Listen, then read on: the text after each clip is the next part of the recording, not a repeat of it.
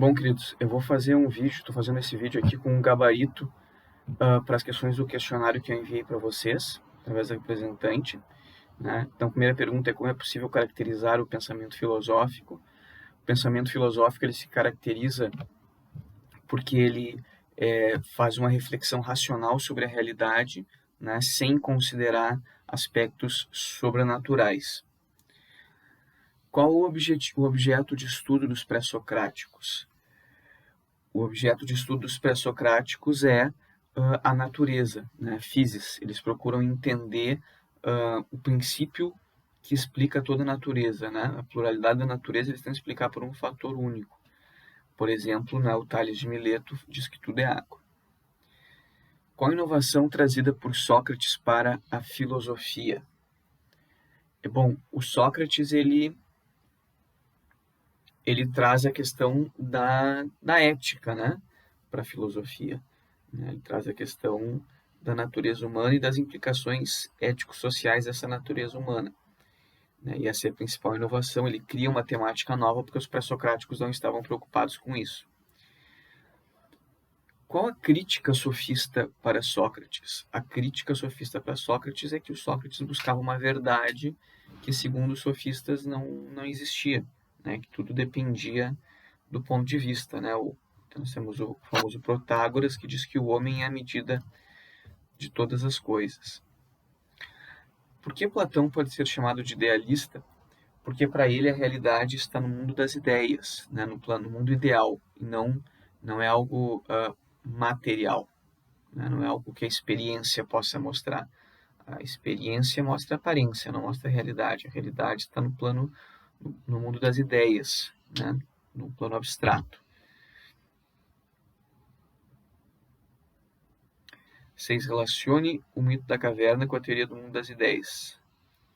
Então, que é a epistemologia platônica. Né? Então, o mito da caverna ele se relaciona com a teoria do mundo das ideias porque na caverna é a representação da nossa realidade no mundo sensível. Né? E fora da caverna é a representação do mundo das ideias. E o processo de passagem, de saída do mundo da caverna para o mundo das ideias é o processo da educação, a partir do qual a pessoa se dá conta que ela vivia no mundo de aparências, que ela não entendia a realidade, e passa a conhecer a realidade, né, a verdadeira realidade, as ideias, tá? Sendo que a principal ideia é o Sol. É o bem que é representado pelo Sol. 7. Relacione prudência e justiça para Aristóteles. O Aristóteles ele considera que a justiça é uma virtude ética, né? Que consiste em dar a cada um que é seu. E a prudência é uma virtude genoética que permite que a pessoa saiba identificar corretamente, né, o que é o seu de cada um, considerando as circunstâncias particulares. Então, não é possível ter justiça se não for prudente. 8. Diferencie justiça distributiva e justiça corretiva para Aristóteles. Então, como a gente viu em aula, são 3 pontos. Né? A justiça distributiva, ela trata das relações das trocas a justiça distributiva trata da distribuição dos bens decorrentes da vida em comum entre os membros da comunidade, bens e encargos, né? Tanto assim, positivo quanto negativo. E a justiça corretiva diz respeito às trocas entre os indivíduos, que podem ser voluntárias ou involuntárias. Sendo que as voluntárias são os contratos e as involuntárias são os atos ilícitos. A segunda diferença é que a justiça distributiva ela faz uma igualdade proporcional, ou seja, que as pessoas recebem na mesma proporção de uma determinada característica que possuem com relação ao bem comum. Por exemplo, a renda. E a justiça corretiva faz uma igualdade simples, né? Ou seja, o que tu dá, vamos dizer assim, o que tu compra um bem, né? O que vale o que aquele bem vale, tu tem que pagar. Né? Igualdade entre prestação e contraprestação, ou entre o dano que tu causa e a indenização que tu tem que pagar. E, por fim, a justiça retributiva, portanto, considera as características pessoais e a justiça corretiva não. 9. Para Cícero, a justiça era um critério criado pelo homem. Por quê? Não, para Cícero, a justiça era um critério divino, um critério racional, né, que vem da lei natural, do cumprimento da lei natural. 10. Compare o pensamento de Agostinho e Tomás de Aquino quanto à relação entre a fé e a razão. Vejam, para o Tomás de Aquino, a fé e a razão são dois caminhos para chegar na verdade. E para o Agostinho, não. Para o Agostinho, é para chegar em Deus, né? E para o Agostinho, não. Para o Agostinho, somente através da fé, né? Por quê? Porque ele está num momento histórico diferente em que ele precisava justificar muito o papel da igreja, dos sacramentos, e até mesmo a vinda de Jesus, né? O papel de Jesus na história do cristianismo. Então, se seria possível pela razão, todo o sacrifício de Jesus e todos os sacramentos perderiam muito do sentido. Então ele tinha essa visão de que só a fé é que pode aproximar a pessoa de Deus. Explique o conceito de lei para Tomás de Aquino. Então, para Tomás de Aquino, lei é a regra ou medida da razão, posta pela autoridade, tendo em vista o bem comum. É uma regra ou medida da razão, que é a prudência, porque a prudência é a parte da razão que procura o bem, que faz a gente conseguir saber o que é o bem, o que tem que fazer. Então, a lei tem que ser feita com prudência para que ela possa nos levar justamente ao bem comum. Ela tem que ser posta pela autoridade, porque a autoridade é quem tem a responsabilidade do bem comum e também quem tem o monopólio da coação. Então, não adianta fazer uma lei muito boa se não puder impor.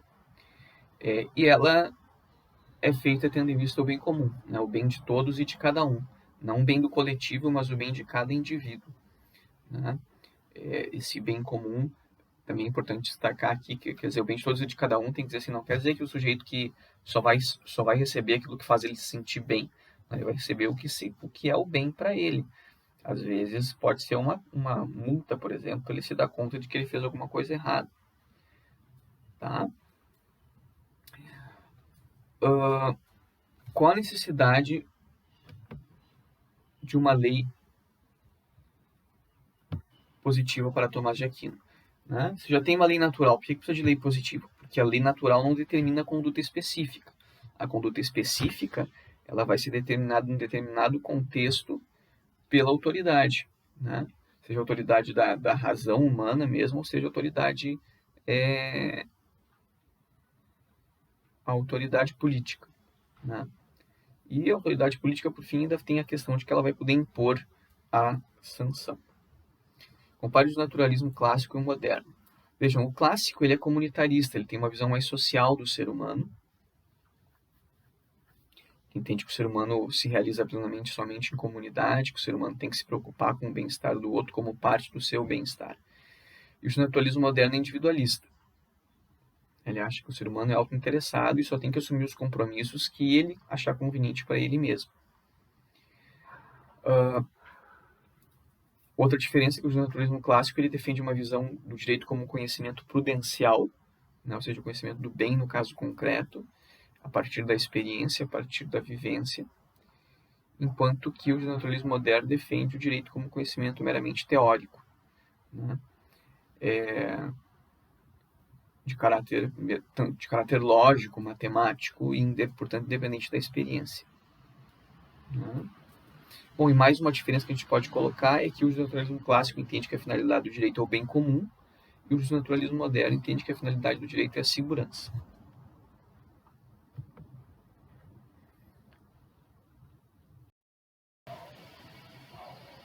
Continuando, explique o pensamento contratualista. Então, o pensamento contratualista é um pensamento moderno e ele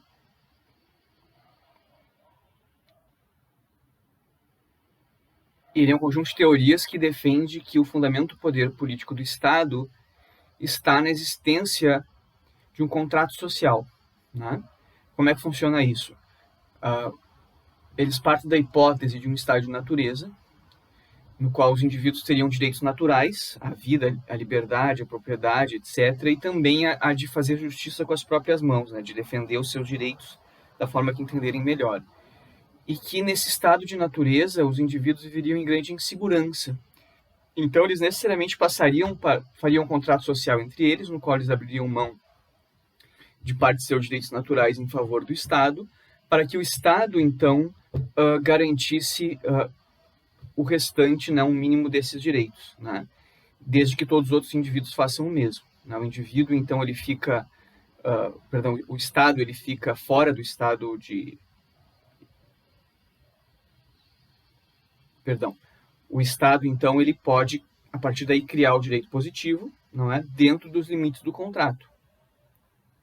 Né.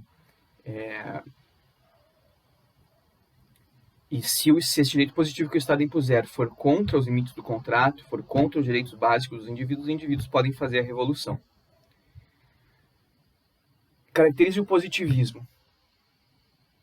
Então, o positivismo jurídico, ele é uma escola do direito, um tipo de pensamento do direito que defende que o direito se resume ao direito positivo, né? Ou seja, que só o direito criado pelo homem existe, o direito natural não existe ou é, pelo menos, irrelevante. Né? Surge lá no meados do século XIX, não é? E tem como seus grandes expoentes Hans Kelsen lá no início do século XX. Diferencia direito e moral de acordo com Kant.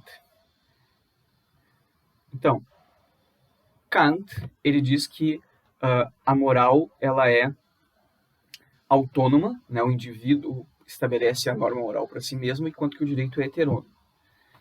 Que a moral ela considera o aspecto interno da ação, ou seja, por que o indivíduo atua, e o direito o aspecto externo, só importa que ele atue conforme a lei.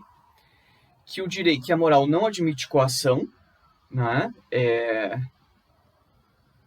Na verdade, não admite nenhum tipo de sanção, porque se o sujeito faz por medo da sanção, ele já não está agindo livremente, moralmente, criando a norma, agindo de acordo com a norma moral que ele estabeleceu racionalmente, enquanto que o direito admite coação, né? E, por fim, a moral é individual, diz respeito ao sujeito e à sua própria consciência, enquanto que o direito ele é social, ele procura estabelecer um equilíbrio, né, de liberdades, né? Uma compatibilidade de liberdades, onde a minha liberdade vai até onde começa a do meu vizinho.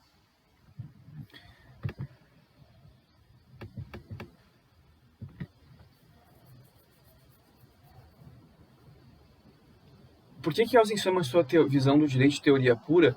Porque ele purifica, na visão dele, o direito de considerações não científicas, como questões religiosas, metafísicas, morais, não é? E também das outras ciências, né? Da economia, da sociologia, da psicologia, enfim, ele cria uma teoria que ele considera que é estritamente jurídica, por isso é uma teoria pura. Explique a norma fundamental de Kelsen. Né? Então, a norma fundamental do Kelsen, a norma pressuposta do sistema jurídico, é o fundamento último de validade. Né? Por que ela tem que ser pressuposta? Porque, na verdade, a norma última do sistema não poderia ser não poderia ser um fato, porque o fato está no plano do ser e as normas jurídicas no plano do dever ser, e do ser não se pode deduzir o dever ser. Porque não pode ser direito natural, porque o direito natural não existe. Se existisse, haveria um reconhecimento genérico, como existe da matemática, por exemplo. Todos os lugares do mundo reconheceriam.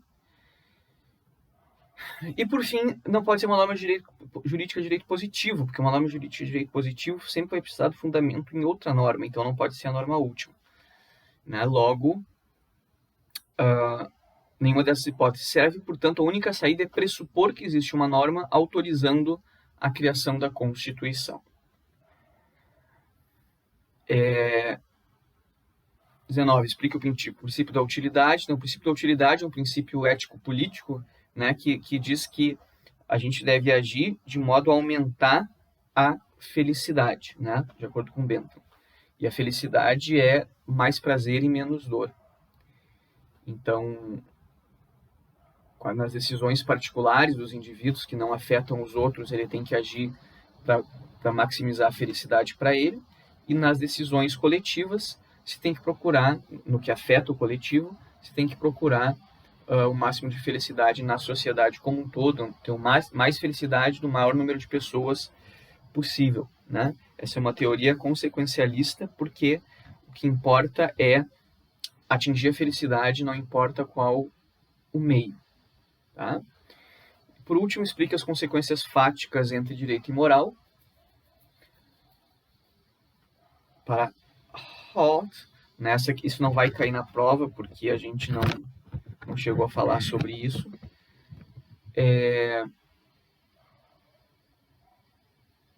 Na verdade, com a turma de sexta-feira, nem o princípio da utilidade, né? Eu tratei, também não vai cair. Mas, enfim.